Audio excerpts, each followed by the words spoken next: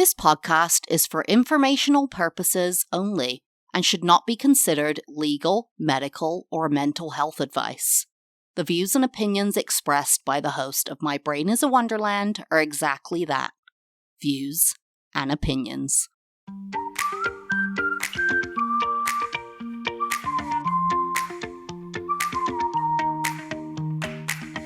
This is Emily Ruth Henderson, and I'm the host of My Brain is a Wonderland, the podcast for neurodivergent women and the people who love them. In 2020, after a hellish pandemic, I was diagnosed with ADHD and autism. Surprise! Now, I am passionate about reaching other women just like me who've been pushed aside, ignored, and misdiagnosed for far too long. Each week, I discuss my experience navigating my 30s with these two life-changing diagnoses. There'll be highs, there'll be lows, and everything in between when you join me for Season 3 of My Brain is a Wonderland.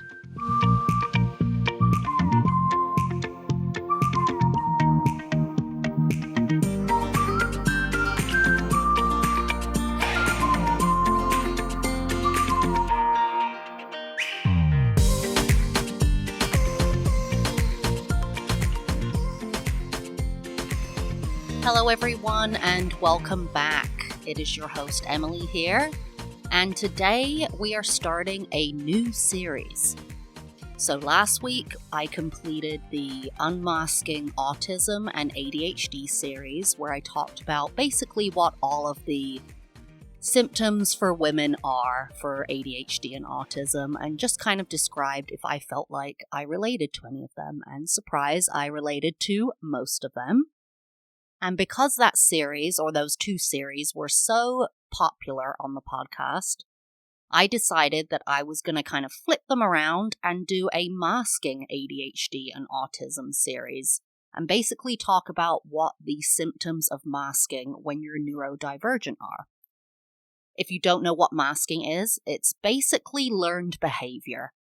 It's a way to socially fit in. So, for example, if you are autistic and you struggle socially and you don't really know what to say to people, you don't really know how to communicate or interact in a, let's say, social public situation, well, you might learn over time how to do that and kind of put on a mask of those behaviors so that you fit in. Doesn't mean you're not genuine. It doesn't mean you're lying. It's just a way of really just being accepted in everyday life, in your social life, your family life, and your work life.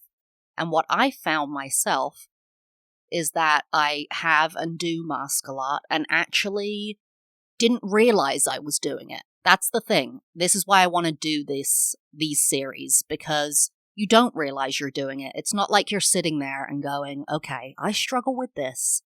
What behaviors can I learn to cover that up so I can fit in? And you might do that in a way that you're like, okay, how can I fit in? I need to learn to do this. And you don't realize where that's coming from. So I want to talk about those symptoms and maybe how you can recognize them in yourself. And today we're going to start with masking ADHD symptoms. And these symptoms are coming from ADD.org, which I believe is a nonprofit for ADD or people living with ADD and ADHD. And they list several symptoms of masking. And this is probably going to be split into 3 or 4 episodes. The first set of masking symptoms are for inattentive ADHD. And there's 8 of them, so I'll probably do 4 for this episode and 4 for the next one. And then for hyperactive type ADHD, there's 4 symptoms for that as well. So that'll probably get 1 episode, maybe 2. I actually live with combined ADHD, which is a combination of inattentive and hyperactive ADHD. So I've got the 2 for there. What a gift. And so this is actually going to be really beneficial for me because I live with both of them, and it'll be interesting to see if I relate to all of them. So let's get started. So if you have inattentive ADHD, you may mask in this following way: coming up with excuses for being late or distracted, parentheses, without harmful intentions. So I actually am very rarely late. And, yeah, I mean, I'm really rarely late. And I think that actually, I don't know if that's a masking thing, but I have so much anxiety about being late. And maybe because I'm so disorganized, I'm a mess in the morning when I'm getting ready for work, to be honest, that I force myself that I'm so anxious that I force myself to be early. So, for example, if I know I have to be at the airport 2 hours early, I will be there probably 2 hours and 10 minutes early. And I will make sure of it. I will plan the Uber, I'll lay out my clothes the night before. I mean, for example, I'm leaving for a work trip in 2 days. It's a 4-day work trip. I don't need many clothes. I'm just taking a carry-on. And I started packing yesterday or the day before. I have a written list of all the things I need to bring, outfits that are listed out. So it'll say like this sweater with these pants, with these shoes, how many pairs of underwear I need, all that kind of stuff. So I think I don't make many excuses for being late because I'm so chronically anxious about being late that I'm usually early. And that doesn't mean that I don't relate to it. It's that I have formulated a way so that I'm never late because I know that if I don't get it together, I will be late everywhere. And in the morning, I actually have a hybrid work job, so I don't go in every day for work, which is great. It's great for living and existing and having to do all the things you need to do in life. But what tends to happen, because I only go in 2 or 3 days a week, is I'm out of routine, and those mornings become quite difficult. I'm kind of frantically running around. What do I need? Where's my bag? Because I'm not in a routine every day. My majority of my week in the morning is not getting up, going to work, which I'm so grateful for. But I have kind of created a style of my life where instead of chronically late, I'm chronically early. So I relate to that, but kind of in a different way. And then excuses for being distracted. I'm trying to think about that. See, this is the thing about masking, is that it's not intentional. As in, I don't think it's generally, at least for me, a conscious thing that I do. So trying to think about the ways that I consciously do it is quite difficult. If I'm distracted, I probably would say, oh, I was just doing this, or I was just doing that, or no, I wasn't. My husband says I have this chronic thing. We actually have the opposite. We both have this chronic thing where I say no to things and he says yes to things. And it's to do with how we grew up and the different issues we're dealing with. So if someone asks me a question, did you do this? I'll be like, no. And I think it's because I'm so anxious about having made a mistake or done something wrong, or I have this, the excuses, no, I didn't do that. And then I'm kind of sitting there going, actually, I did. And I think it's also to do with growing up with in an abusive environment where you are constantly on your toes and someone says, did you do this? And you say no, because if you say yes, you're going to get a beating. You're going to be berated. You're going to be, sent to bed without your dinner. That's the least of my worries, but of all those things. But yeah, it's kind of difficult actually now I'm coming to think of this. And when I do these episodes, I just come cold to the list. I don't want to think about it prior. I want it to be really off the cuff. But I think because it's so ingrained in me to excuse the things that I am anxious about or feel like I've flubbed, that I don't even think about it. I just say, no, I didn't do that. Or, yeah, it's because I did this. And I was also a real chronic liar when I was a kid. And I think it was from similar reasons that I was in an abusive environment. So I constantly lied to avoid being hit, screamed at, all that stuff. And then also maybe chronically lied because I knew I was messing up so much and there was no acceptance in my personal life for messing up and just saying, it's so crazy. Sorry, just squirreled there. But It's so crazy that that it's not a big deal. I cut that sentence off right there, but basically that really you realize that if you spill a cup of water, which my ADHD gals out there, how many cups of water have you spilled? Coffee, smashed cups, all that kind of stuff. That's not a big deal. In the grand scheme of things, if you knock a cup of water over, if you knock a glass over and it smashes, it's not a big deal. It is a stress if you spill it, let's say, on your laptop, on something that's expensive that needs to be replaced. I get that. But if you just smash a glass on the ground in the kitchen by mistake, or in the sink while you're doing dishes, or knock over a cup of water that goes on the carpet, that's not a big deal. That's really something that I've let go of as I've gotten older, where instead of panicking and going, oh my God, I'm sorry, and grabbing something, and being hard on other people too, saying, oh my God, like, you just spilt that. Instead, I'm going, it's fine. Let's just grab a towel and clean it up. It's fine. Don't worry about it. You're good. And that don't worry about it, you're good, I say to myself and or the person who did it if it's not me, because it's not a big deal. So kind of relaxing about the mistakes we make. Maybe when you're distracted. And maybe when you're distracted, you knock a cup over, and that's okay. It's not a big deal. I guess it's a big deal if it translates to other areas of your life that become an issue. I mean, maybe if you're distracted and you forget to pick your kid up at daycare or something, that could be an issue that you need to work on. But generally, I kind of automatically try to brush it away from myself. Not brush it off, but get it away like it's not my fault. I don't want anyone to highlight the fact that I effed up. And then if it's in my personal life, it's more like I've tried to work towards saying, it's okay though. I did mess up. I forgot to do that. I forgot to pay that bill. We got a $20 late fee. Sorry. And saying sorry, that's another thing. I could not say sorry to save my life when I was a teenager, in my 20s, young person. Still young now, but couldn't say sorry to save my life. And now I've really learned to just say sorry.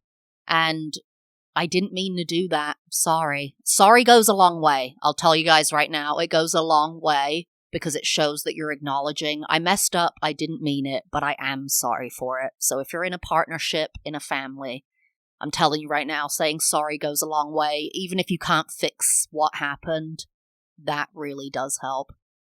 So really what I'm saying is in my kind of work public life, I tend to still kind of be like, nope, didn't do that, or here's the reason, and maybe it's a lie.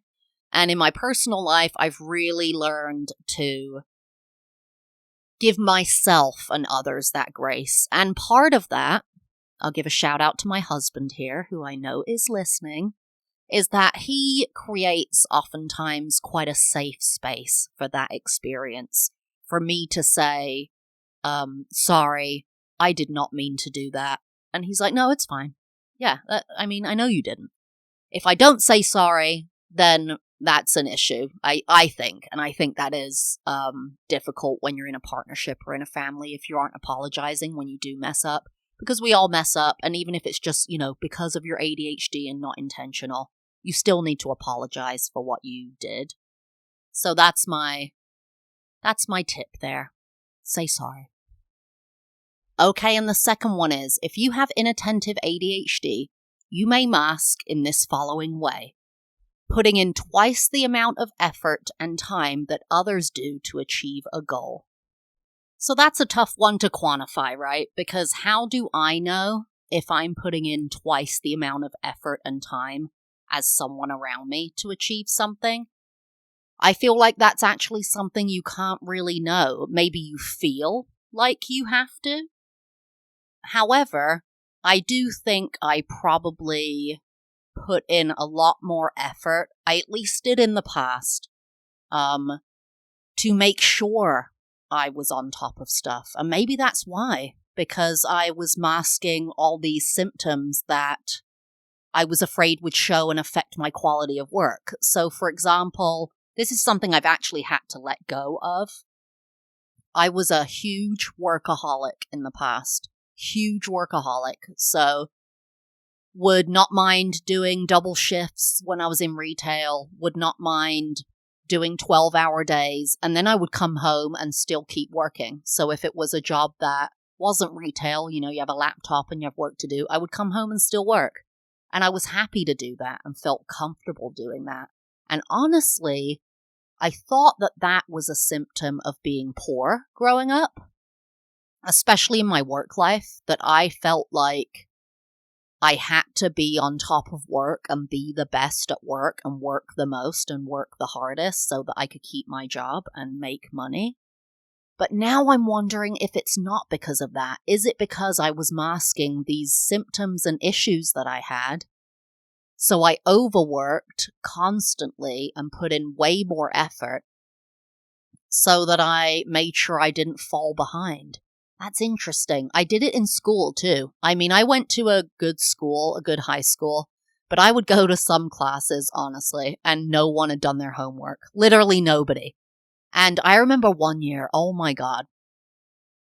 I remember one year. So we would get, I don't know if this is the same in America, but over summer holiday, summer break, we would get homework, and it would usually be like a big project. You'd have to write an essay or do a thing or whatever. And when I was, I think 13, we had a history assignment over summer break, and we had to write a biography of Martin Luther King. So my ADHD, autistic, crazy brain decided to do this. I recreated a newspaper. So I went to the local library and did I can't even think of the name now, but you can go through digitally the old newspapers that they have on file and printed out the newspapers from the day that Martin Luther King died. And I created a whole newspaper tribute to him. So it was like a fake newspaper with real articles cut out that had been in the newspaper that day. Old lady dies in fire or whatever. And then did my own essay as a newspaper article about Martin Luther King's life. Because, when someone dies, they'll do those tribute newspaper issues where it's like, Princess Diana died, here's everything about her life and all the photos. And then, get this, my mom had purchased a camcorder from, I think, Argos or something. Anyone in England will know that. And, or Index, I forget. And, I literally dressed up as several different people to create a fake news casting of the day that Martin Luther King died. So I dressed up as a weather lady and made a map of the UK with symbols for the weather and did the weather and then acted like it was breaking news and then cut to myself in a suit, pretending to be a guy, a newsreader, telling people that Martin Luther King had died. So, this is what I did for the project. I showed back up after summer break, and I think maybe a couple of other people in the class had actually done an essay of Martin Luther King's biography, and I had created a movie, a newspaper article, an actual newspaper. Really gone above and beyond. And I was always that way in school. Always. And I was always that way in college. And then at one point I just said, man, you have to let this go. I got, an A+ for that or A* or whatever. And it's like, you know what? You could have done the minimum and probably just gotten an A. Chill out. And so now I'm wondering, I always thought it was because my mom put a lot of pressure on me. I put a lot of pressure on myself, but why? And thought it was because I was poor. And so I was so dedicated to school and work because I knew education was the path to getting out of poverty. and then getting a job that you didn't get fired from was like the second path. So that's really interesting. I think, yes, I have done that.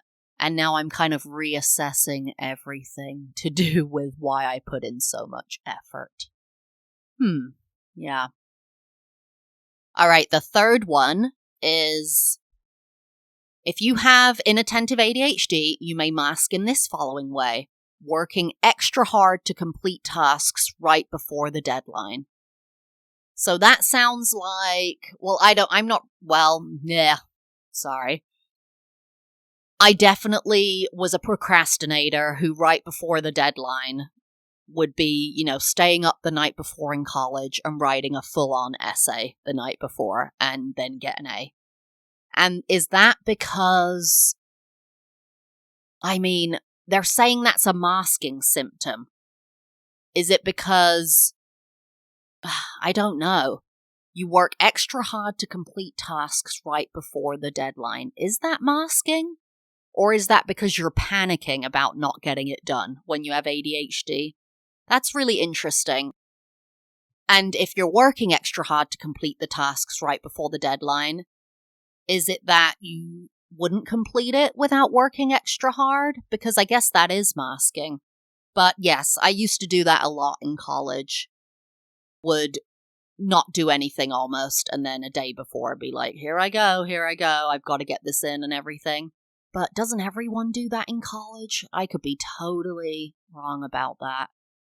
Yeah, call in with your answers, listeners. I don't know. Yeah, that's an interesting one. I think I feel less connected to that one because I just feel like either I was surrounded by people with ADHD constantly throughout college and now at work, or everyone reacts this way when they have a deadline. I don't know. All right, we're going to go to the fourth and final one, and then we'll keep the next four for next week's episode, part 2. But number 4 is, if you have inattentive ADHD, you may mask in this following way: checking your work multiple times before submission. And that's probably because you're inattentive, you know that, maybe you don't know you're inattentive, and this is, when you're masking, you don't know this is why, but that you know that you've probably missed something, that because you're inattentive, there's probably a mistake in there. And I'm telling you, does anyone else do this when you're reading?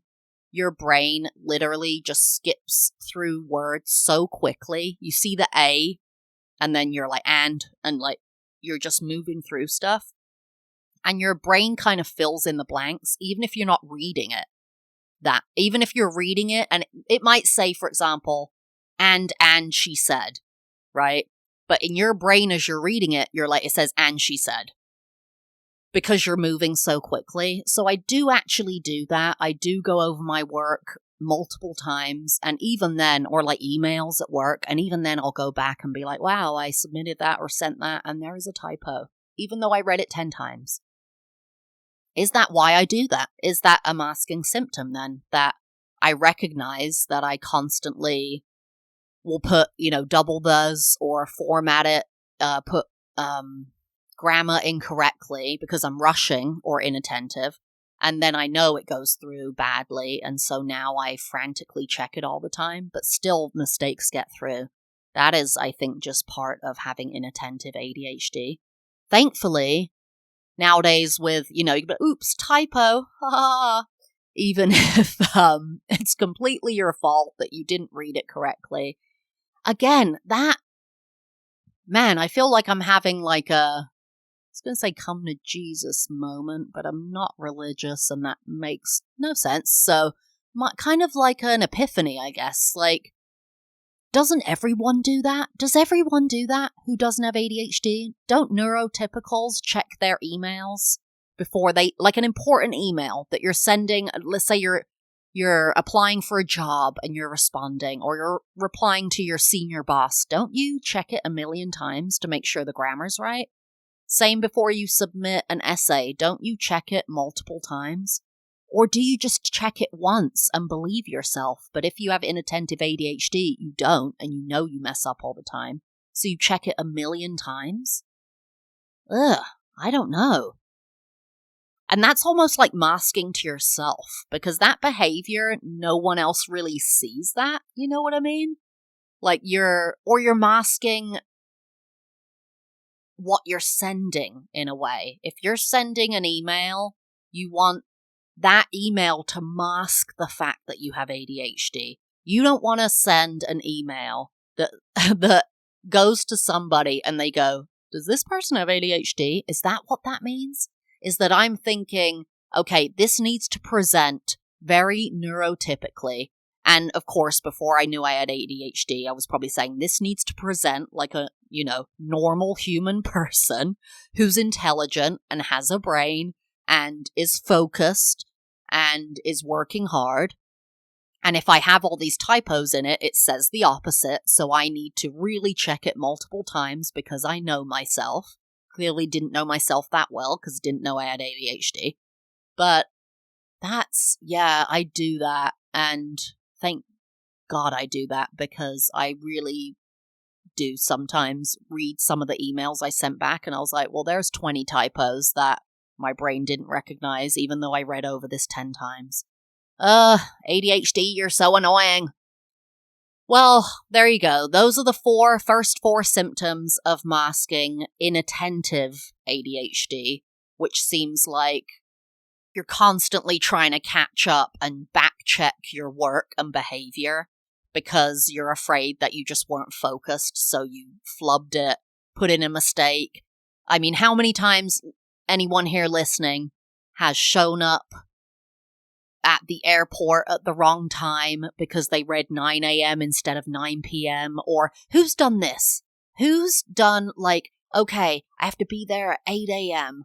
and that's 2 hours before and that's 4 a.m. but really it's 6 a.m. I do that a lot. Sometimes I wonder if I have maybe dyscalculia and or dyslexia. My grandmother has dyslexia and I've definitely had words and letters kind of replace themselves in a way that doesn't work for me, and definitely am terrible at math, and sometimes numbers just don't make any sense at all.